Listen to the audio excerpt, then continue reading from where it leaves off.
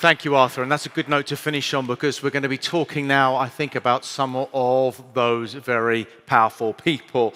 So the EU has adopted a leadership position in the green transition, but a shifting geopolitical landscape has introduced significant uncertainty for decision makers in both the private and the public sectors. So the intersection of technology, geopolitics, and economic competitiveness is reshaping Europe's position on the global stage and impacting how we develop policy and deploy capital to accelerate the transition. Joining me to discuss this are Anne Mettler, the Vice President of Europe for Breakthrough Energy, a company aiming to inspire the world to develop and scale the critical solutions we need to reach net zero emissions, and Sabrina Schulz, an Associate Fellow on the German Council of Foreign Relations, a prominent foreign research policy institute. Please, a round of applause for our panelists. Hi. Thank you both for joining us today. I have to say that was really interesting because it kind of, I think, highlighted maybe some of the challenges that we do face today. So, Anne, if I can start with you, please. I think I'd really love to get your sense of how we're deploying capital at the moment and the investment landscape. So I'd love to get your sense of what policy frameworks you think we need to accelerate the global energy transition and how we balance short-term energy needs to meet our long-term sustainability goals. Big question, I know. I was about to say, these are big questions. So with regards to the policy frameworks, the first thing to understand is none of this can work, the energy transition, unless we have functioning and dynamic markets, right? So unless there's real demand for these technologies.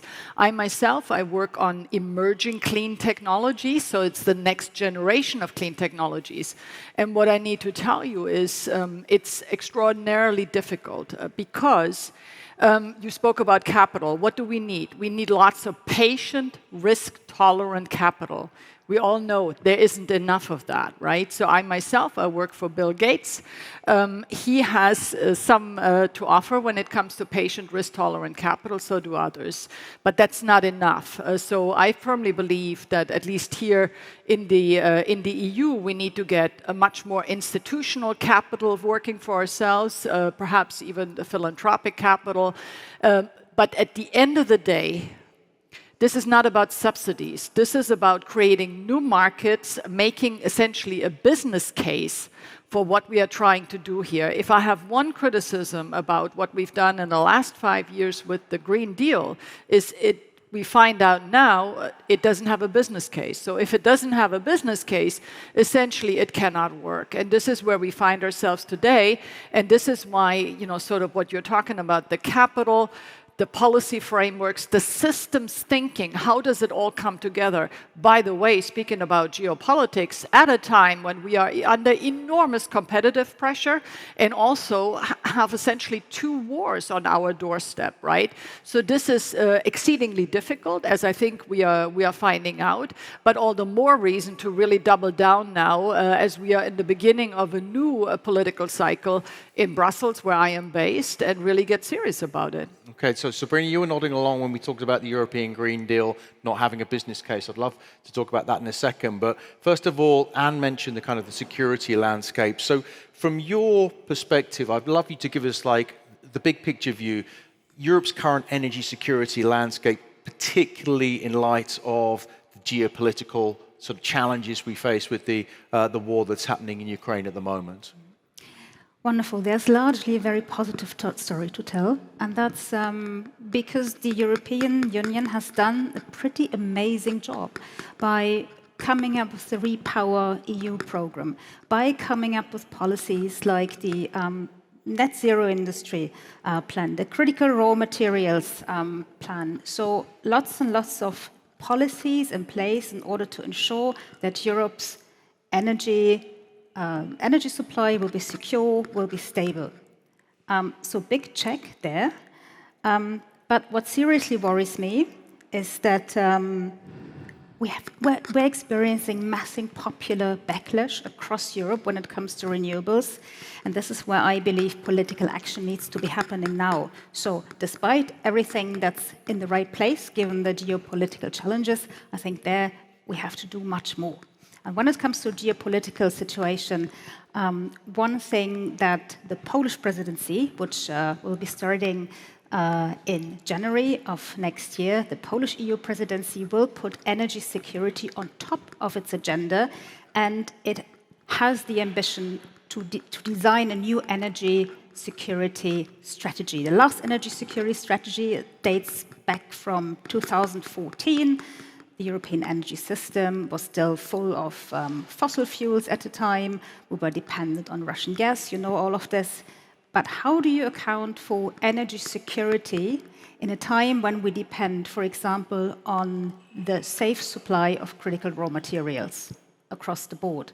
What do we need to do on a foreign policy level in order to secure access to polysilicon, to rare earths and all of this? So this is the main bottleneck that I'm anticipating going forward. When it comes to diversification of supply for the gas that we still need for the foreseeable future, I think we're fine. I think we have learned the lesson across Europe. We are phasing out fossil fuels. We are becoming more energy efficient. I think we're on a good path, but making sure that we can really integrate all the renewables we need into the system, a lot needs to happen, and that has massive geostrategic and geopolitical implications. And I'd love to just, for you to pick up on this. Is it not the case, though, that what's happened in the last sort of two and a half years has actually pushed us backwards? We're now more dependent on fossil fuels than we were in the past. We face a number of really unpalatable dependencies. Continued usage of fossil energy instead of natural gas now coming through pipelines. We're dependent on LNG. We have the same dependencies in critical minerals, clean technology, clean tech from China. So we're not in a good spot. That's maybe where I'm also a little bit more negative than you are, Sabrina, because I think we've actually squandered the last 2 years. I think when the war started and the energy crisis started, I take you back to the summer of 2022. The price of natural gas, 6 times what it was before the war. It was clear then that we are on a path of massive deindustrialization, not just in a matter of years, but in a matter of months. Yes, we made it through that winter with massive subsidies. Europe has subsidized fossil energy to the tune of 600 billion euros since the war started. If only a fraction of that had gone into my clean technologies, at least in the areas where we were really dependent on natural gas, we would be better off today. Where do we use natural gas? In power industry and in buildings. A lot could have been done then to see what are the emerging clean technologies that can help us reduce demand for natural gas. If today we sit here and we say, oh, you know, we've really reduced emissions, part of that, a big part of that is actually deindustrializations. It's companies shutting down or curtailing, especially in those industries that are heavy users of energy. We know because of the recent Draghi report that we pay for fossil energy 2 to 3 times what American counterparts pay, and in natural gas up to 4 times what American companies pay. I ask you, how are European companies supposed to be competitive under such circumstances? And I won't even speak here about the regulatory overload that we just got, especially in the last 5 years. So we need really sort of a reckoning. This is a scale or fail moment for Europe. I really believe this. So I'm sorry, I'm much more, maybe because I'm closer to the action in Brussels, I'm a little bit more negative about where I really think we missed an opportunity here in the last 2 years. I share most of your concerns, obviously. I mean, I'm from Germany, and we're facing this threat of deindustrialization. However, as we know, many energy-intensive companies would have left Germany, would have left Europe anyway, so it's not all immediately associated with high power prices, high gas prices.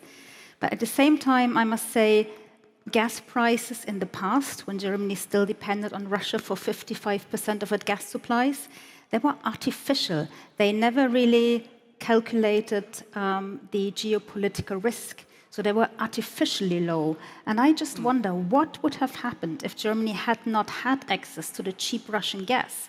Would industry not have innovated in a much quicker way? Would we not have been down the road towards green hydrogen for many applications, like in green steel, for instance, a very long time ago? Is it not that we might have missed out on so many opportunities because of this gas glut that we found ourselves in? So, I mean, this is all spilled milk, as these opportunities are not there anymore. I just wanted to put some context. Exactly, and I completely agree with that. This was genuinely bad policy making, especially after Putin annexed Crimea in 2014. We should have said enough. Instead, and I had a front row seat because I was a director general at the time, we appeased Putin again and again and again, right, with catastrophic consequences. However, what I'm saying now is the mistakes that were made then, at least there should have been a real reckoning when the war started and said enough. Okay. Enough, right? And we didn't. We largely missed that opportunity. Let's maybe look forward. So I mentioned earlier on the deployment of capital. I think we're all agreed we're going to need to deploy an awful lot of capital in order to hit our net zero targets. And I'd love to get your sense. You're investing huge amounts of capital. Like, where do you think, what do you think the role of private capital is really now in shaping the role of the sustainable energy sector? Well, it's important is an understatement. And what I always tell policymakers, you don't just need the private capital because you need more money. You also need the private capital because, frankly, you don't know enough about these technologies, right? I mean, what comes with private capital comes a lot of expertise about technologies, about markets, it comes with a global network, usually. So this is also why we need private capital. I would say, again, especially since we had the COVID recovery funds, we have sort of fallen asleep trying to attract private capital. This needs to change now because public finances are in a very precarious state. So what do we need to do? We need more blended finance instruments. A lot of policymakers make the mistake that they think this is just about subsidies. What we are seeing now is even in cases when massive amounts of subsidies are given, that companies are walking away from it because unless there's a credible market on the other side, you don't even want these subsidies. This just happened in this country a few days ago when ThyssenKrupp, which was supposed to essentially produce green steel, with a 2 billion euro subsidy, already had gotten 500 million, said, thank you very much, but I don't think we want to do this because we don't actually believe that there is a credible market on the other side of this. So you need the private sector to essentially sort of provide a reality check to the policymakers that think you can just do, with regulation and subsidies, you can create miracles. We have learned the hard way. It's not how it works. So we need that. We need blended finance instruments. I already said we need more patient, risk-tolerant capital that has to come from institutional investors. Pension funds and insurances don't really invest in startups in Europe. So a lot of that investment actually goes to the United States. I heard someone say the other day, if only 1% of institutional capital in Europe could be deployed in European startups, we would actually have more money in Europe for startups than the United States. So we really need to look into this, how we can tap into this. The last thing I will say is we need public guarantees. I worked on this last year in wind. Despite all our renewables, actually our wind sector in Europe is on its knees, really staring at the abyss.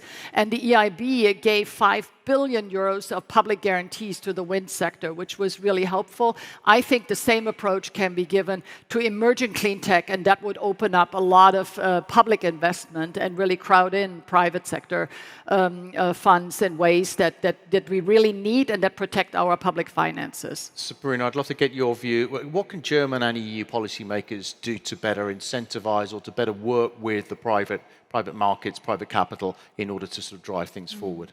Well, and you already mentioned two key words, blended finance and public guarantees. That's exactly what we need, because the main challenge in a way is that there is no real business case for many of the technologies we need today and going forward.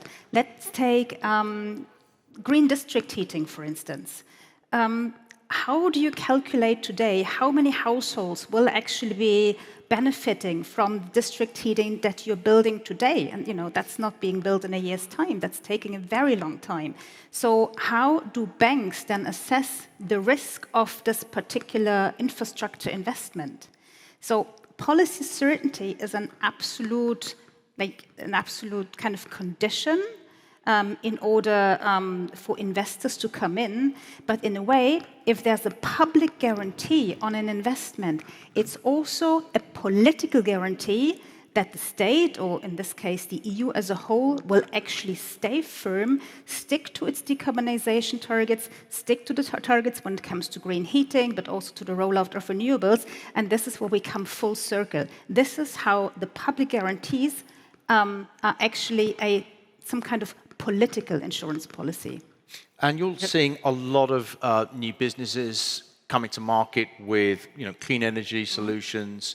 I'd love to get a sense from you if you think that there are technologies that we're not deploying, breakthrough technologies that hold a lot of promise, and we really think that, and maybe they're overlooked, or maybe they're undervalued by investors. Are there opportunities that we're missing? Yeah. So first, I want to come back to the previous point, because this idea that markets will somehow play this out is it's not going to be like this. And I would argue that since 22, we need to rethink cost. And I think we need new intellectual paradigms. So when the war started, I started an initiative together with Siemens Energy on energy resilience leadership group. What is energy resilience? It means not being overly reliant on any one source of energy. So we saw what it meant when we were overly reliant on natural gas, which was weaponized against us, nor any one country, because I would argue it hasn't been exactly very smart to replace a dependency on Russia and fossil energy with a dependency on China in clean tech. So we really need new intellectual paradigms, and if you do that, then I think that this idea that markets will somehow play out will become different. We will think differently of it because essentially energy security is in the domain of national security, and is also in the economic domain, right? So China didn't get to where it is today by letting just markets play it out. I mean, they subsidized, they were strategic about it. So I think it is a piece of, broadly speaking, a successful industrial policy that we need to learn from. But now coming to your question on the technologies that we need. In the short term, that are overlooked. In the short term, we need to prioritize now, and the deindustrialization is happening, and it's very scary. So we need to look at what are technologies that can be used instead of fossil energy and natural gas in particular. Here we need storage solution. We have thermal storage solutions. We have one portfolio company that's helping right now to decarbonize chemicals sector in Germany through clean electrical heat. You can now produce heat that is just as hot as fossil energy with electricity. It's a breakthrough. Yeah. But the problem I have is the policymaker doesn't know this. And if the policymaker doesn't know the technology frontier, they cannot create the regulatory environment that I need. They cannot fund it. They cannot incentivize us. This is why it's for us a matter of utmost importance that the policymaker finally pay attention to what is the technology frontier, see how can we scale. I already said it, it's a scale or fail moment. Because if we can build an LNG terminal in 12 months, which is the new Deutschlandgeschwindigkeit, then we should surely be able to deploy some of these emerging clean technologies a little bit faster. So, round of applause. So, Sabrina, I'd love to talk to you a little bit about infrastructure. We saw a really interesting slide there from Arthur in the previous talk of the map of Japan with effectively two different grids between the east and west of the countries. What role do you think cross-border energy infrastructure is going to play in fostering both security, which we've touched on, and also renewable deployment in Europe? In an ideal case scenario, cross-border energy markets, in fact, a truly integrated internal energy market in the EU is our best possible insurance policy for energy security. Obviously, cross-border energy trade creates more transparency. That will bring down prices, which means that many incumbents and many EU member states do not want this energy market integration. So this is where you need firm political decision makers, where you need very clear policies that drive the whole thing. But the efficiency gains are absolutely massive. Just think about what could be achieved in terms of reducing backup. If I can rely on the electricity that's in my neighbor's grid, I don't have to build all those gas-fired power stations that are also hydrogen ready at a very high price. I might be able to rely on the rest of Europe. And to put the logic around, my neighbors will be able to rely on me, because power supply will always be very differentiated across the EU. Especially, to give you an example, wind speeds are never, ever exactly the same across Europe. So there will always be places with very high wind speed. They can either put the excess electricity they are producing, they can store it domestically, or they can provide that to the wider European market. And this is where the European logic comes in. Let's benefit from the conditions, the special conditions for renewables we have in each and every single European country. This will bring down energy prices, this will obviously improve energy security, and it will also bolden, strengthen the idea of European integration. And at the end of the day, it will also help with investor confidence. If investors are saying, oh, okay, so there's a European market logic I can rely on, maybe it's worth investing in thermal energy storage, in more renewables, in more grid capacity, et cetera, et cetera. So the business case will be helped as well through the integrated European energy market. Okay, we're running out of time here, and I feel like we have actually kind of like spent a lot of time talking about many of the challenges, but I'd love to kind of like look forward and really think about sort of like the opportunities. So, Anne, maybe if you can just give us a sense of what gives you kind of most optimism about the future of the energy transition across the EU. Are there things you can point to, things you're excited about, areas we really think the EU is leading on? As someone who's based in Brussels, if I'm supposed to be optimistic now, it is that finally, after many, many years, at least we're thinking and talking about the right things, right? So all of a sudden, the EU is in a tizzy over how we can be more innovative and how we can do better on technologies and how we can attract more investment. And it has finally dawned on us that startups that can never make it big is actually a big problem, because we've become the incubator of the world, right? I mean, the last company that today is worth more than 100 billion was founded in Europe more than 50 years ago. 50 years ago. So if I'm optimistic, it is that at this beginning of a new political cycle, at least we're thinking about some of the important things, including the single market, which has been shamelessly neglected for many years, including a liquid capital market, even though we don't think about it in the energy context.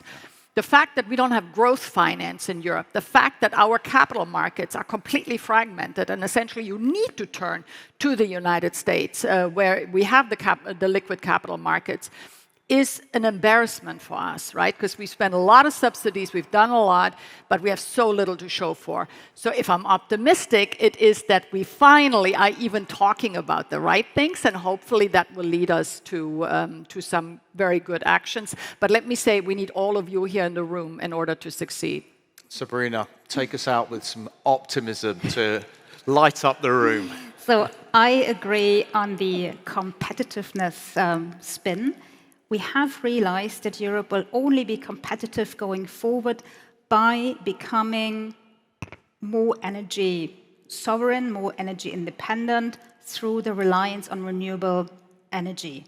This is for competitiveness reasons. We don't even need the climate argument anymore. Yeah. And this is what I find really heartening. So in a way, the competition we're facing from the United States, from China, is positive.